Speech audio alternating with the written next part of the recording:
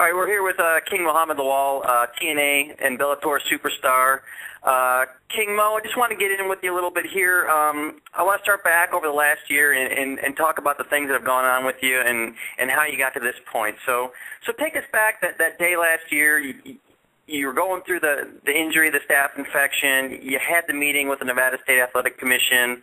Obviously then the whole Twitter thing, and then the being released by Zuffa, all on the same day. Take us through your emotions of that day. Well, everything you said, I had a meeting with the commission. They fined me and gave me suspension. I tweeted something. Zuffa got a hold of it, saw it, or somebody said something, and I got released. That's how it went down, really, you know what I'm saying? And right now, the way it's been looking, it's a good thing it happened. Yeah, I want to get into that, but at that point, though, I mean, how down were you? I mean, did you think, that's it, I'm done? I mean, I've ruined everything, or did you keep a positive attitude the entire time? Well, I didn't know. I was like, man, that's crazy, Well, I didn't know. I was like, damn, that's fucked up, But I didn't know what was gonna happen because I can't see the future, So. Right. Then I talked to you. I think it was maybe just a week or so later, and you had mentioned the possibility of TNA and Bellator being something you could do, but in the meantime, everybody, your favorite subject, the keyboard warriors and the message boards, everybody had been talking about, you blew it, now you're going to be nothing, you could have been a superstar in the UFC, but that was all over. Is part of you, with everything you've done and be able to overcome that, are you kind of happy you've been able to kind of stick it to the people that, that were down on you and didn't think you could do anything after that? Well, yeah, because the thing is, I'm okay not being with the UFC. I'm cool with that because, to me, I see how people in the UFC get treated. Some get treated good, some get treated bad. I don't feel like kissing ass and being on my knees and begging to try to get somewhere. No, that's not me. And I see some people have to do that to get some places, in other organizations. I'm not that one. So, you know what? I just move forward. You know what I'm saying? Dan White and them want me to wait. Just wait till September. Nah. Wait for what? So I just went ahead and got with the Bellator and TNA. So, even though obviously, you never go through all that stuff again voluntarily, is the best thing that possibly could have happened was this? I mean, are you happy with everything the way it's turned out? Yeah, I'm happy, you know what I'm saying? Because, I could be still fighting the Strike Force, being, trained to fight. No, you wouldn't be fighting the Strike Force. Yeah, then a fight get canceled, you know what I'm saying? The show get canceled, So, I guess it's just, it's right now it's a rebuilding phase for everybody. The guys at Strike Force, me, Spike TV and Bellator. It's just everybody they have to redo everything. You know what I'm saying? It's just like a refresh phase. Right. So now you have Bellator coming up. You start that in the new year. Of course, obviously you started last week with TNA, made your debut there. Tell us a little bit about especially coming off the injury, the training, the stuff you had to do with wrestling. Because everybody knows that it's scripted or whatever, but almost everybody knows that it's also not an easy thing to do, and it's really, really hard, especially on the body, probably even more so than MMA. So tell us more about the things you had to go through as far as learning a new craft. Like taking bumps, running ropes, and the psychology of pro wrestling is hard. All that stuff combined is harder than MMA. MMA is not that hard, Someone throws a punch, block it, get out the way, or take the punch. If they hit you too hard, you take them down, or you tap out, or you get knocked out.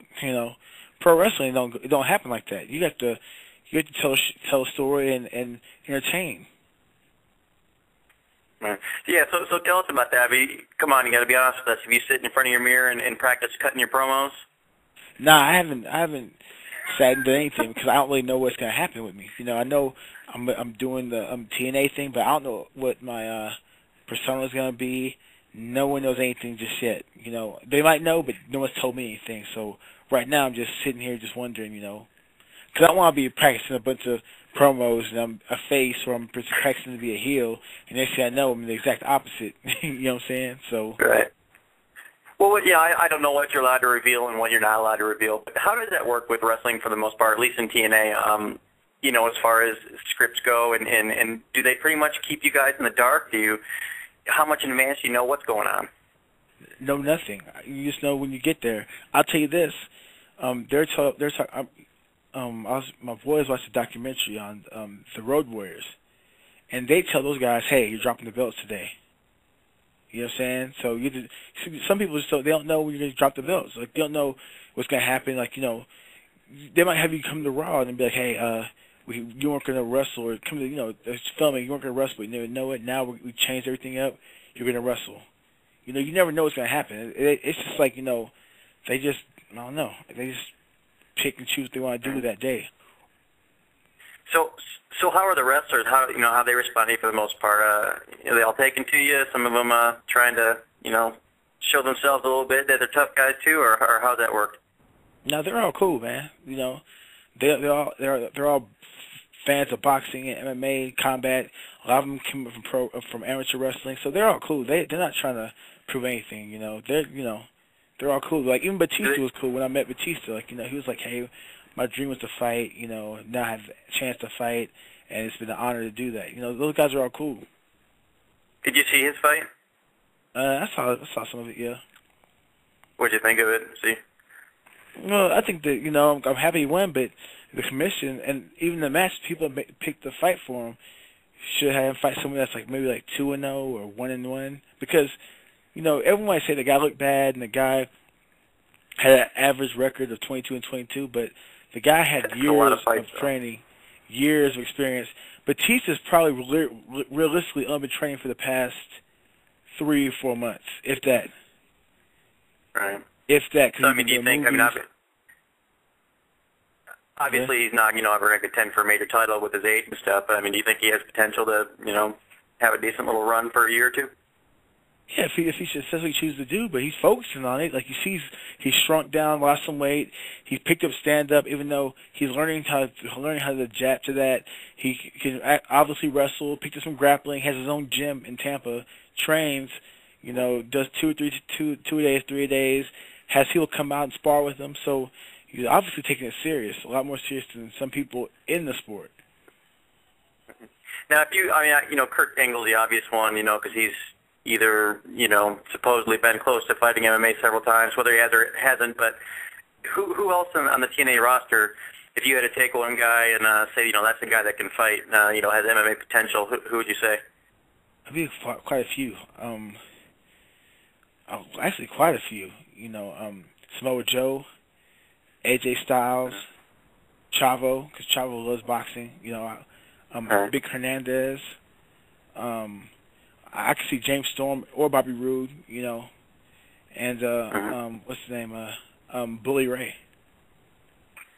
So who's the one guy? I know you obviously wouldn't be scared of any of them, but who's the last guy you'd want to see, in the dark alley and pissed off at you one night? I don't know, because I don't fear no man, but I feel bad for anybody that ran across Samoa Joe, because Samoa Joe actually knows judo and knows, spar with Justin McCauley and can grapple, so he knows what he's doing. Are any specific guys that are, really taken to you as far as, that have a huge interest in MMA and really want to get with you and maybe learn some stuff from you? Well, they all kind of do, so they all watch MMA. They all watch Batista's fight. They all kind of want to do. All right.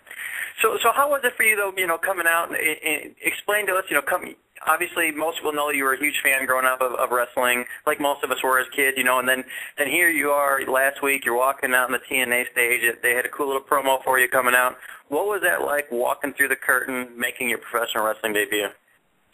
It was pretty cool. It was pretty, I was nervous because I didn't want to mess up, and it's live, so, it was pretty exciting. I was nervous, though, Yeah. It was pretty cool. Explain the difference between the nerves of that, and then, walking out for a fight. I don't get nervous before a fight because, a fight is just reaction. You know what I'm saying? A fight, you just go out there, your goal is to go out there and win. That's it. In pro wrestling, your goal is to go out there, entertain, protect you and your opponent, and tell a story. And the thing is that people didn't know who I am, and in pro wrestling, so they can just not cheer. They could just stay quiet and be like, who's this guy? Boo. Or they could say King Mo sucks, or just not, or just went, got a beer, or went, just left, went to the bathroom. You know what I'm saying? So that's the thing. Like, you don't know the reaction you're gonna get until it's time, until you get it. And that's the one thing that's kind of different. You haven't actually, been in a match yet, but, well, you've done the training and stuff, but it's got to be a lot different. Whereas in MMA, you're not worried about the safety of the guy you're with. Whereas in wrestling, that's the major thing. I mean, probably more important than anything is protecting the guy you're with and not hurting him.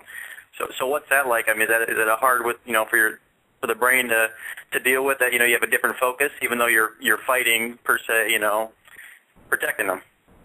No, because even in amateur wrestling, your goal is to win, but you have to protect them in ways, so certain moves are illegal. So I kind of got the gist of that. So it's all about technique, and I'm willing to learn technique. I'm learning the technique. So once I learn the technique, I won't hurt myself. You know what I'm saying? If you hurt yourself, yourself, most likely you're gonna hurt your opponent too. Right. No, I had a whole one-day wrestling training lesson a long time ago. But the hardest thing for me to try to do was a sunset flip. What was the one thing that you were trying to learn that was really a pain in the ass for you to learn? Jumping over the ropes, like jumping over, like the battle royal when you're running and you get thrown over the ropes, like running and jumping over the ropes and landing. That was the hard thing because it looks pretty high, you know what I'm saying? So we're in the ring, all you see is ropes, and you don't see the bottom, so you're like, okay, let's go. That was hard. Who's the one guy in the WWE, if you could, you'd bring over on the TNA roster so you can work with him? I don't know. Honestly, I could say I haven't really been watching WWE. I tried watching it, but it's just too much talking and not enough wrestling. I wish it was more like old school, because old school, they cut promos, you saw a lot of wrestling. And WWE, they're entertaining, but all you see too much talking, and it's too much. If you were in control of your character and your development in TNA, what would that be? I mean, what direction would you take yourself? A heel. I wouldn't mind doing like some type of MMA invasion, where me and a few fighters come through and like invade, TNA, or beat up a few people in TNA, make us like the main event mafia type. And you have to work on this, because do you know who Josh Lewis is from Repo Games? You ever watched the show? Nah, never. Okay, well, a big, huge black dude. He's a host. Basically, they come and repo your car. If you get the best out of 5 questions right, you get to keep your car. He's a host on there. Apparently, he's had some wrestling lessons. He even talked to Dixie Carter in the past. So I was thinking, get him, you, and Rampage together. It'd be cool to have a little heel faction going there. He's a hell of a talker too, I'll tell you that. So, I think that'd be cool to. What's his name? What's that? Wood? What's his name again? No, Josh Lewis. Josh Lewis. All right. Yeah, I'll send you a little clip or something. Yeah, he's funny as hell. He said he's talked to Dixie and stuff. He's had some wrestling lessons, but yeah, he's a real cool guy. Anyway, how does the dynamic work with people like Hulk Hogan? What kind of pull does he have, and what's your relationship been with him as far as him welcoming you? Because you've always heard the stories of the politics whenever he's involved. So how have they embraced you? Well, I haven't seen any politics at TNA. Everybody seems pretty cool. Hulk Hogan's been cool. Give me advice. Sting's been cool. It's more like a family atmosphere. Where I heard WWE, you have to like watch your back, and you have to be aware of what people are saying, and people are out to backstab you, and TNA really ain't like that, from what I've seen. Who's the one guy that's really been the one you lean to the most? I don't know. I talked to all those guys. Like Samoa Joe, talked to him. Bully Ray, I talked to all those guys, man. Sting, Chavo, Hernandez. And who's the least like what their personality on camera is? I really don't know. Good or bad? Yeah, I think I really don't know. I see those guys, but I'm not like around them like that much. I am around them. I'm not like I'm talking to them, but it's just like shooting. Just feel that process still. But right. they're all pretty cool. Yeah. Hey, so did you see the Hulk Hogan sex tape? Got any thoughts on that? Not really. I heard he got recorded without him knowing. So Yeah, yeah. That's that can't be fun to have your stuff out there.